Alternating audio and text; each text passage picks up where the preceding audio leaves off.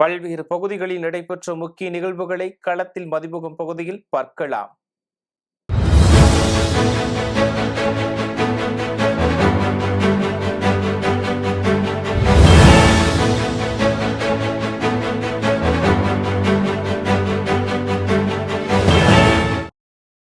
தர்மபுரியில் புறநகர் பேருந்து நிலையத்தை மாற்றியதற்கு எதிர்ப்பு தெரிவித்து அனைத்து வணிகர் சங்கம் சார்பில் முழு கடையடைப்பு போராட்டம் நடைபெற்றது. பழைய பேருந்து நிலையம் அருகே ஆறுமுக ஆசாரி தெரு, முகமது அலி சாலை, சின்னசாமி நாயுடு தெரு பகுதிகளில் பல ஆண்டுகளாக ஜவுளிக்கடை, மருத்துவமனை, ஹோட்டல்கள் வைத்து 1000த்திற்கும் மேற்பட்ட வணிகர்கள் தொழில் செய்து வந்த நிலையில் திடீரென பேருந்து நிலையம் மாற்றப்பட்டதால் வணிகர்களின் வாழ்வாதாரம் பாதிக்கப்பட்டுள்ளது. இந்நிலையில் பழைய பேருந்து நிலையத்திலிருந்து பேருந்துகள் இயக்க வேண்டும் என மாவட்ட நிர்வாகத்திற்கு கோரிக்கை வைத்து ஒரு நாள் தருமபுரி நகர் முழுவதும் உள்ள 1000த்திற்கும் மேற்பட்ட வணிக நிறுவனங்கள் கடையடைப்பு போராட்டத்தில் ஈடுபட்டனர்.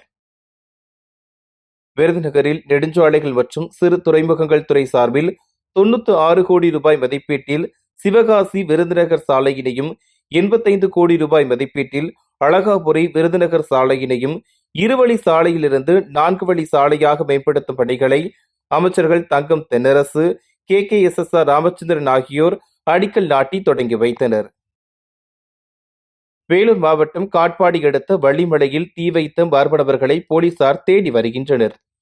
தீ மளமளவென பரவியதால் வன உயிர்கள் உயிரிழந்திருக்கலாம் என அச்சப்படும் நிலையில் இதுகுறித்து காவல்துறையினர் விசாரணை நடத்தி வருகின்றனர்.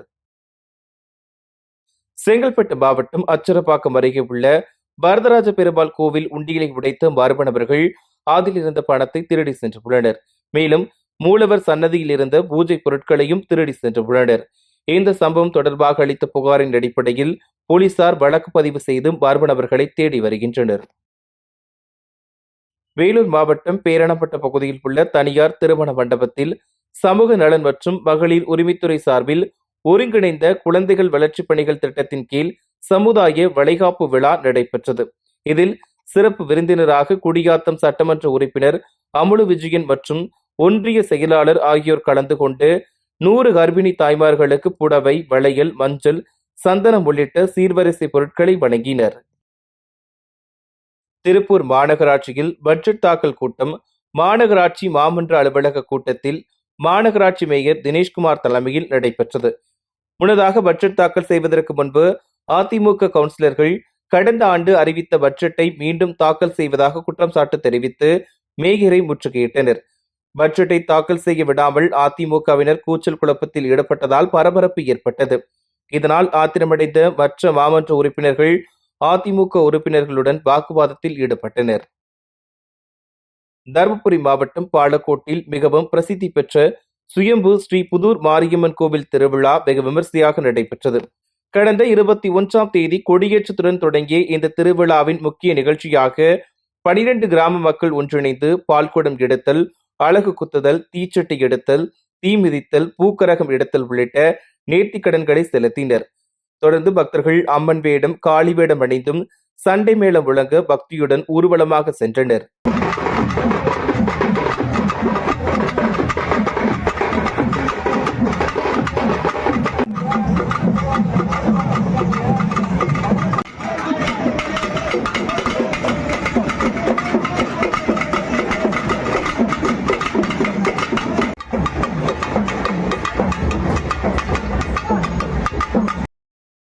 வேலூர் மாவட்டம் காட்பாடியில் உள்ள வேலூர் தொழில்நுட்ப பல்கலைக்கழகத்தில் ரிவேரா கலை விளையாட்டு திருவிழா துவங்கியது. இதில் சுற்றுச்சூழல் பாதுகாப்பு மற்றும் பசுமை மேம்பாட்டை வலியுறுத்தி மாரத்தான் ஓட்ட போட்டியானது நடைபெற்றது. வேலூர் தொழில்நுட்ப பல்கலைக்கழக துணைத் தலைவர் சேகர் தலைமையில் நடைபெற்ற இந்த போட்டியில் 5000த்திற்கும் மேற்பட்ட மாணவ மாணவிகள் கலந்து கொண்டு மாரத்தான் ஓடினர். திருப்பத்தூரில் பாட்டாளி மக்கள் கட்சி செயற்குழு கூட்டம் நடைபெற்றது. திருப்பத்தூர் முன்னாள் சட்டமன்ற உறுப்பினர் மற்றும் மாவட்ட செயலாளர் TK ராஜா தலைமையில் நடைபெற்ற இந்த நிகழ்ச்சியில் கட்சி பணிகள் குறித்து ஆலோசிக்கப்பட்டது. இதில் முன்னாள் சட்டமன்ற உறுப்பினர் நடராஜன், பாமக நிர்வாகிகள் பொன்னுசாமி மற்றும் பலர் கலந்து கொண்டனர்.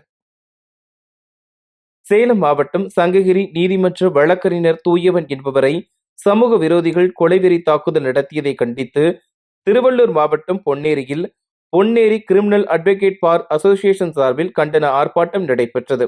இந்த ஆர்ப்பாட்டத்தில் தொடர்ந்து சமூக விரோதிகளால் வழக்கறிஞர்கள் தாக்குதலுக்கு ஆளாகி படுகாயம் மற்றும் மரணம் அடைவதால் பாதுகாப்பு சட்டம் இயற்ற வேண்டும் என வலியுறுத்தினர்.